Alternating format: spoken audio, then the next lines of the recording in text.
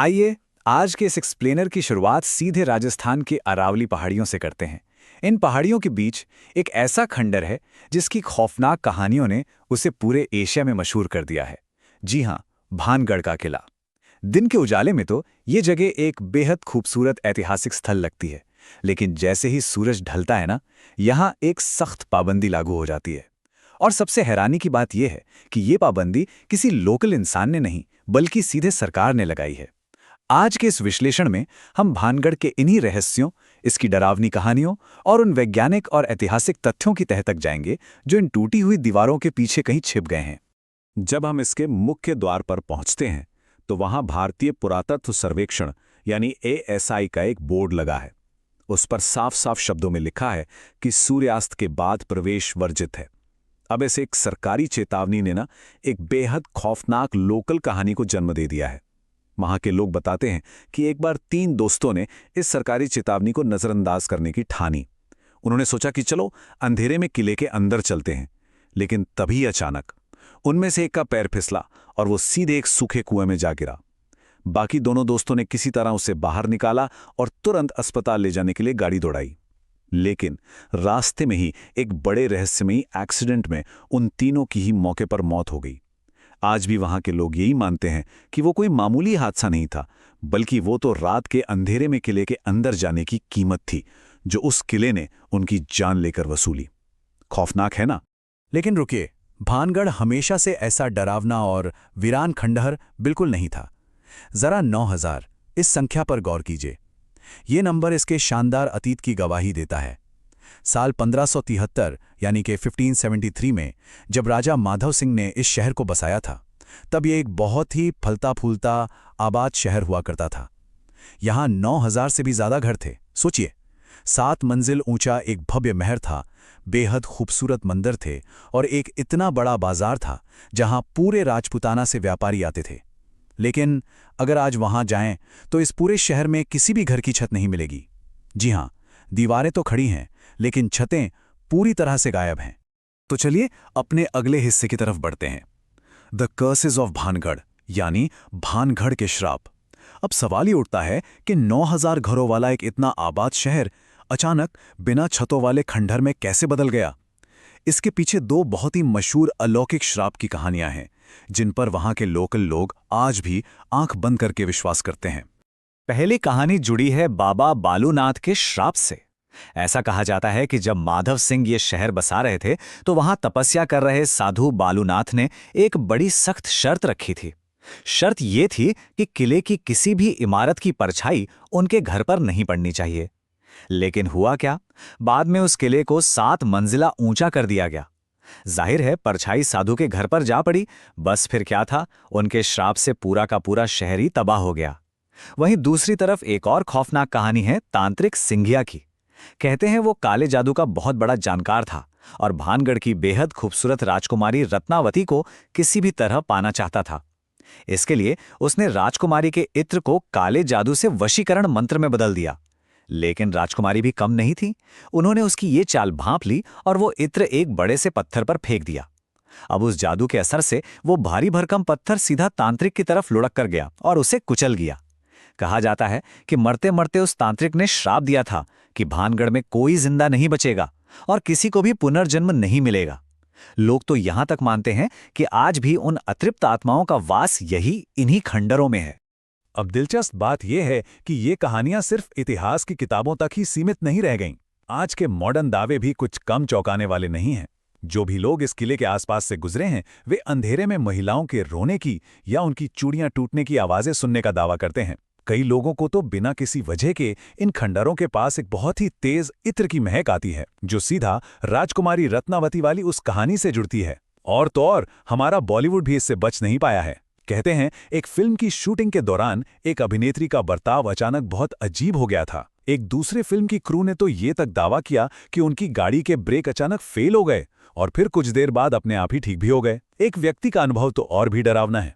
उसने बताया कि एक रहस्यमयी काली बिल्ली पूरे 100 किलोमीटर तक, जी हां 100 किलोमीटर तक उसकी गाड़ी का पीछा करती रही। लेकिन इन सब में जो सबसे ज्यादा विचलित करने वाली घटना है, वो घटी पत्रकार पल्लवी डे पुरकायस्थ के साथ। वो शाम के वक्त अपने स्कूटर से लौट रही थी। अचानक उनका बिल्कुल ठीक-ठाक स्कूटर, उसका इंजन एकदम से बंद हो गया। उसमें पेट्रोल था, सब कुछ एकदम सही काम कर रहा था, बस वो इंजन स्टार्ट ही नहीं हुआ। तभी पास खड़े एक बिल्कुल अनजान व्यक्ति ने बिना उनके स्कूटर को छुए उसे स्टार्ट कर दिया। और फिर उसने एक बहुत ही खौफनाक बात कही। उसने कहा, दे वॉन्ट यू, यानी उन्हें तुम्हारी तलाश है। जब पल्लवी ने हैरान होकर पूछा कि कौन, तो वो अनजान आदमी बस इतना बोलकर वहां से चला गया कि तुम जानती हो कौन। वाकई रोंगटे खड़े कर देने वाला वाकया है। तो अब इस बिंदु पर आकर एक बहुत बड़ा और लाजमी सा सवाल उठता है, क्या सच में वहां आत्माएं भटक रही हैं? क्या ये सारे अलौकिक दावे सच हैं या फिर इसके पीछे कोई लॉजिकल वजह है? चलिए अब इन लोक कथाओं की दुनिया से बाहर निकलते हैं और सीधे तथ्यों पर बात करते हैं। आपको जानकर हैरानी होगी, लेकिन सबसे बड़ा सच तो ये है कि ऐतिहासिक दस्तावेजों में राजकुमारी रत्नावती या तांत्रिक सिंगिया के वजूद का कोई प्रमाण है ही नहीं। जी हां, और ना ही बाबा बालूनाथ का कहीं कोई जिक्र मिलता है। असल में ये सब सिर्फ काल्पनिक किरदार हैं जो पीढ़ियों से सुनाई जा रही इन कहानियों के साथ बस और भी ज्यादा नाटकीय होते चले गए। आइए अब हम अपने अगले सेक्शन पर चलते हैं, द साइंस ऑफ फियर, यानी डर का विज्ञान। तो फिर इतने सारे लोग वहां जाकर कुछ अजीब महसूस करने का जो दावा करते हैं, वो क्यों करते हैं? चलिए विज्ञान की तरफ मुड़ते हैं और ये समझने की कोशिश करते हैं कि कैसे हमारा अपना ही दिमाग हमें धोखा देकर ये सब अलौकिक चीजें महसूस करवाता है। इस पूरे रहस्य की एक बहुत बड़ी चाबी है इंफ्रासाउंड। तो हुआ ये कि 1980 के दशक में विक टैंडी नाम के एक इंजीनियर ने अपनी लैब में अचानक एक भूत देखा। उन्हें घबराहट होने लगी, बाल खड़े हो गए और एक साया सा दिखा। लेकिन बाद में जब उन्होंने रिसर्च की तो पता चला कि वो कोई भूत प्रेत नहीं था, बल्कि उनकी लैब में लगा एक नया पंखा था जो 19 हर्ट्ज की ध्वनि तरंगे पैदा कर रहा था। होता क्या है कि इंसान 20 हर्ट्ज से नीचे की आवाजें सुन नहीं सकते, लेकिन हमारा शरीर उन वाइब्रेशंस को महसूस जरूर करता है। और इसी से अचानक चक्कर आना, घबराहट होना या ऐसा लगना कि कोई हमें घूर रहा है, ये सब महसूस होता है। अब भानगढ़ की बात करें तो जब वहां की पुरानी और टूटी फूटी इमारतों से हवा टकराकर गुजरती है तो प्राकृतिक रूप से बिल्कुल ऐसी ही इंफ्रासाउंड पैदा होती है। और एक और बात, भानगढ़ सीस्मिक जोन 4 में आता है, जहां छोटे मोटे भूकंपीय झटके आते ही रहते हैं। इनसे भी ये लो फ्रीक्वेंसी तरंगे पैदा होती हैं। तो कुल मिलाकर भूत देखने की ये रेसिपी है क्या? दरअसल हमारे आसपास का पर्यावरण और हमारा मनोविज्ञान, ये दोनों मिलकर एक ऐसा घातक मिश्रण बनाते हैं जो हमारे दिमाग में एक भूतिया अनुभव पैदा कर देता है। इसका पहला कदम है यही इंफ्रासाउंड या इलेक्ट्रोमैग्नेटिक फील्ड का संपर्क, जो शरीर में एक अजीब सी सिहरन या बेचैनी पैदा कर देता है। दूसरा अहम कदम है उच्च सुझावशीलता यानी हाई सजेस्टेबिलिटी। इसका मतलब है पहले से ही ये मानकर चलना कि वो जगह तो भूतिया है ही। और तीसरा है पेरेडोलिया इफेक्ट। जब ये तीनों चीजें एक साथ मिलती हैं ना, तो इंसान का दिमाग सच में एक बिल्कुल डरावनी तस्वीर गढ़ लेता है। इस बात को साबित करने के लिए 2008 में लंदन की गोल्डस्मिथ यूनिवर्सिटी का एक बड़ा ही दिलचस्प प्रयोग हुआ था। उन्होंने क्या किया कि एक बिल्कुल खाली सफेद कमरे में लोगों को बैठा दिया और उनसे कहा कि देखिए, ये एक हॉन्टेड जगह है और यहां कुछ रहस्यमयी मशीनें लगी हैं। अब परिणाम सुनिए, 20% से ज्यादा लोगों ने यह महसूस किया कि उस कमरे में उनके अलावा कोई और भी है, और 8% लोग तो सच में खौफ से भर गए। लेकिन सबसे बड़ा झटका तो तब लगा जब यह पता चला कि वो रहस्यमयी मशीनें चालू हो या बंद, लोगों के अनुभव बिल्कुल एक जैसे थे। इसका साफ मतलब ये हुआ कि सिर्फ किसी को यह बता देना कि यहां भूत है, उनके दिमाग को भूत महसूस करवाने के लिए काफी होता है। और भानगढ़ जाने वाले लगभग हर इंसान के दिमाग में इंटरनेट की वो डरावनी कहानियां तो पहले से ही भरी होती हैं। चलिए अब इस पैराडोलिया इफेक्ट को भी थोड़ा समझ लेते हैं। ये मनोविज्ञान का वो हिस्सा है जहां हमारा दिमाग बेतरतीब आकारों या परछाइयों में जाने पहचाने पैटर्न ढूंढने लगता है, खासकर इंसानी चेहरे। अगर हम विकासवाद के नजरिए से देखें तो हमारा दिमाग बना ही इसी तरह है। तो जब कोई इंसान भानगढ़ के अंधेरे कोनों, टूटे हुए खम्भों और वहां मंडराती परछाइयों के बीच से गुजरता है तो उसका दिमाग अपने आप ही उन बेजान पत्थरों और सायों में डरावनी इंसानी आकृतियां देखने लगता है। सारा खेल दिमाग का है। आइए देखते हैं असली और छिपे हुए खतरे। अब अक्सर यह सवाल उठता है कि अगर भानगढ़ में कोई भूत प्रेत है ही नहीं तो पुरातत्व सर्वेक्षण ने रात में वहां जाने पर इतनी सख्त पाबंदी आखिर लगाई क्यों है? तो इसका जवाब यह है कि इसके पीछे कोई जादुई श्राप नहीं है, बल्कि बहुत ही वास्तविक और एकदम फिजिकल खतरे हैं। वो खतरा क्या है? वो छिपा है इस 50 किलोमीटर की दूरी में। दरअसल भानगढ़ का ये किला सरिस्का टाइगर रिजर्व से सिर्फ 50 किलोमीटर दूर है। और सरिस्का कोई छोटी मोटी जगह नहीं है, ये 866 वर्ग किलोमीटर में फैला हुआ एक बहुत ही विशाल और घना जंगल है। तो वो जो अंधेरे में महिलाओं के रोने की खौफनाक आवाज़ों का दावा किया जाता है ना, उनकी असलियत कुछ और ही है। ये आवाज़ें असल में लकड़बग्घों यानी हाइनाज की होती हैं। रात के सन्नाटे में जब ये जंगली लकड़बग्घे आवाज़ निकालते हैं तो वो बिल्कुल किसी इंसान के रोने या चीखने जैसी ही लगती है, जो किसी को भी डरा सकती है। इसके अलावा उस किले के खंडारों में बहुत सारे बंदर और तेंदुए भी अक्सर आते जाते रहते हैं। रात में जब बंदर पेड़ों पर कूदते हैं तो पत्तियों की सरसराहट से ऐसा लगता है मानो कोई पीछे पीछे चल रहा हो। तो वहाँ जो असली खतरा है वो भूतों से नहीं बल्कि इन जंगली जानवरों से है और उन जर्जर हो चुकी इमारतों के अचानक गिरने से है। बस इन्हीं सुरक्षा कारणों की वजह से एएसआई ने रात में वहां जाने पर पूरी तरह से रोक लगाई हुई है। अब आते हैं भानगढ़ के ऐतिहासिक पतन के सच पर।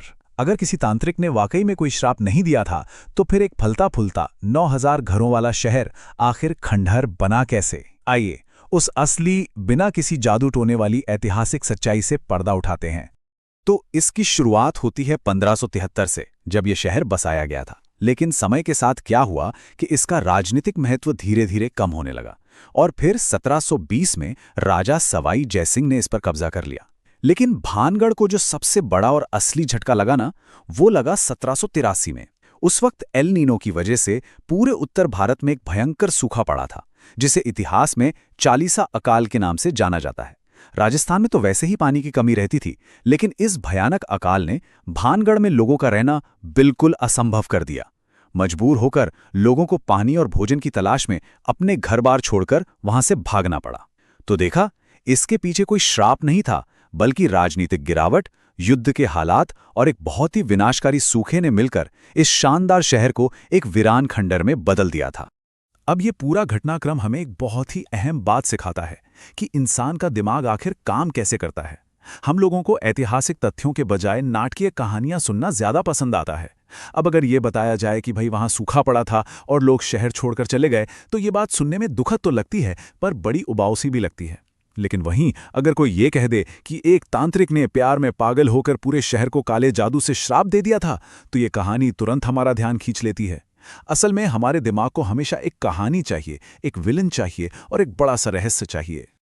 और बस यही वो वजह है कि ये मिथक आज भी इतने सालों बाद जीवित है। इसके पीछे 3 बड़े कारण हैं।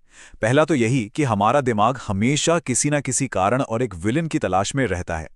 दूसरा बड़ा कारण है वहां का टूरिज्म यानी पर्यटन। भानगढ़ पर जो भारत की सबसे भूतिया जगह होने का ठप्पा लगा है ना, उसकी वजह से हर साल वहां लाखों की तादाद में पर्यटक खिंचे चले आते हैं। वहां की लोकल इकोनॉमी इसी डर के बिजनेस पर पनपती है, इसलिए जाहिर है कोई भी इन कहानियों को खत्म नहीं करना चाहता। और तीसरा सबसे बड़ा कारण है हमारा सोशल मीडिया। लोग वहां जाते हैं और अपने भूतिया अनुभव शेयर करना चाहते हैं, क्योंकि डरावनी कहानियां रातों रात वायरल हो जाती हैं, जबकि बेचारी वैज्ञानिक सच्चाई अक्सर बहुत पीछे ही छूट जाती है। तो चलिए अपने इस एक्सप्लेनर को समेटते हुए महान वैज्ञानिक मैरी क्यूरी के एक बहुत ही प्रेरणादायक कोट पर गौर करते हैं। उन्होंने कहा था, जीवन में किसी भी चीज से डरने की जरूरत नहीं है, बस उसे समझने की जरूरत है। भानगढ़ के मामले में भी ये बात 100% सच बैठती है। जब हम इन डरावनी कहानियों के जाल को हटाकर चीजों को विज्ञान और इतिहास के साफ चश्मे से देखते हैं ना, तो सारा डर अपने आप ही छूमंतर हो जाता है। तो अंत में एक बड़ा सवाल छोड़कर जा रहे हैं। भानगढ़ का रहस्य तो अब पूरी तरह सुलझ चुका है, लेकिन जरा सोचिए, जब हम इस अलौकिक आवरण को हटा देते हैं तो दुनिया के ऐसे कितने और भूतिया रहस्य होंगे जो बस इसी तरह विज्ञान और तर्क द्वारा समझे जाने का इंतजार कर रहे हैं। इसलिए वैज्ञानिक सोच बनाए रखना और सही तथ्यों की खोज करते रहना बहुत ही जरूरी है। आज के इस विश्लेषण का हिस्सा बनने के